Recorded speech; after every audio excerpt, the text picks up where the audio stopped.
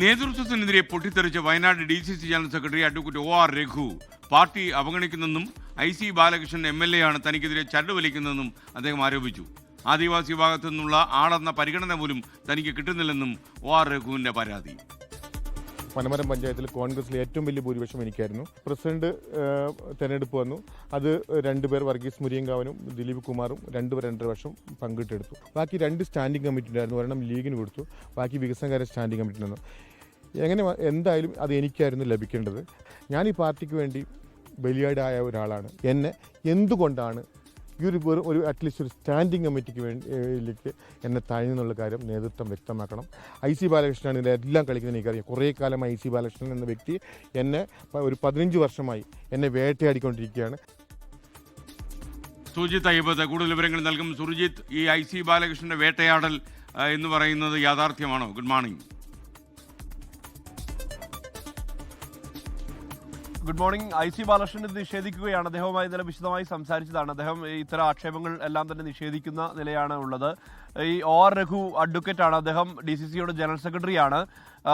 KSU കാലം മുതൽ തന്നെ KSUവിന്റെ സംസ്ഥാന നേതാവായിരുന്നു, യൂത്ത് കോൺഗ്രസിന്റെ സംസ്ഥാന നേതാവായിരുന്നു. KSU കാലഘട്ടം മുതൽ വലിയ മർദ്ദനം ഏറ്റുവാങ്ങേണ്ടി വന്ന ആൾ കൂടിയാണ്. അദ്ദേഹത്തിന്റെ കണ്ണ് നഷ്ടപ്പെട്ട ഒരാളാണ്. അതോടൊപ്പം ഒരു കണ്ണ് നഷ്ടപ്പെട്ട ഒരാളാണ്. അതോടൊപ്പം 2 കാലുകൾക്ക് പോലീസ് മർദ്ദനത്തിൽ ഗുരുതരമായി പരിക്കേറ്റ ആളാണ്. ഇപ്പോഴും അതിന്റെ അടയാളങ്ങൾ ശരീരത്തിൽ പേറി നടക്കുന്ന ഒരാൾ കൂടിയാണ് അദ്ദേഹം.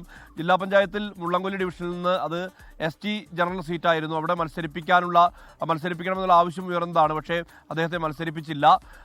പിന്നീട് ബ്ലോക്ക് പഞ്ചായത്തിലാണ് സീറ്റ് നൽകിയത്. ബ്ലോക്ക് പഞ്ചായത്തിൽ ഒരുപക്ഷെ പ്രസിഡന്റ് സ്ഥാനത്തേക്ക് പരിഗണിക്കപ്പെടേണ്ട ആളായിരുന്നു OR രഘു. അതിലും പരിഗണിച്ചില്ല. പിന്നീട് സ്റ്റാൻഡിംഗ് കമ്മിറ്റി തെരഞ്ഞെടുപ്പ് ഇന്നലെ നടന്നു. ആ തെരഞ്ഞെടുപ്പിൽ ഔദ്യോഗിക സ്ഥാനാർത്ഥിക്കെതിരെ അദ്ദേഹം മത്സരിക്കേണ്ട സാഹചര്യം ഉണ്ടായി. അത് പ്രധാനപ്പെട്ട കാരണം അത് അവഗണിച്ചു എന്നുള്ളതാണ്. സ്റ്റാൻഡിംഗ് കമ്മിറ്റി ചെയർമാൻ പോലും ആക്കാൻ വേണ്ടി തയ്യാറായില്ല പാർട്ടി നേതൃത്വം എന്നുള്ളതാണ് ആക്ഷേപം. ഈ സാഹചര്യത്തിലാണ് അദ്ദേഹം പരസ്യമായ ഒരു പൊട്ടിത്തെറിയിലേക്ക്, പരസ്യമായ ഒരു പ്രതികരണത്തിലേക്ക് എത്തിയത്. DCC നേതൃത്വത്തിനെതിരെയും ഒപ്പം തന്നെ IC ബാലകൃഷ്ണനെതിരെയും ആരോപണം ഉന്നയിക്കുകയാണ്. ഇവർ ബോധപൂർവം തന്നെ അവഗണിക്കുകയാണ്. ഇവർക്കെതിരെ യുദ്ധം ചെയ്യാനുള്ള ശേഷി തനിക്കില്ല. പക്ഷേ ഇങ്ങനെ നിരന്തരം വേട്ടയാടുന്നൊരവസ്ഥയാണുള്ളത്. പല ഘട്ടങ്ങളിലും അവഗണിക്കുകയാണ്.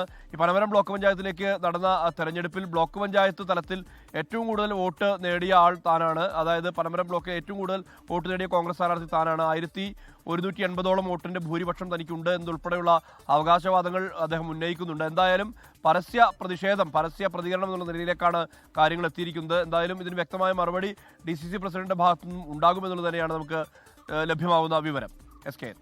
ലോകത്തെവിടെയായാലും ഏത് സമയത്തും 24 വാർത്തകളും ഓഗ്മെന്റഡ് റിയാലിറ്റി പാക്കേജുകളും എക്സ്പ്ലെയിനറുകളും വിശദമായി കാണാൻ ഞങ്ങളുടെ YouTube ചാനൽ നിങ്ങൾക്ക് സബ്സ്ക്രൈബ് ചെയ്യാം.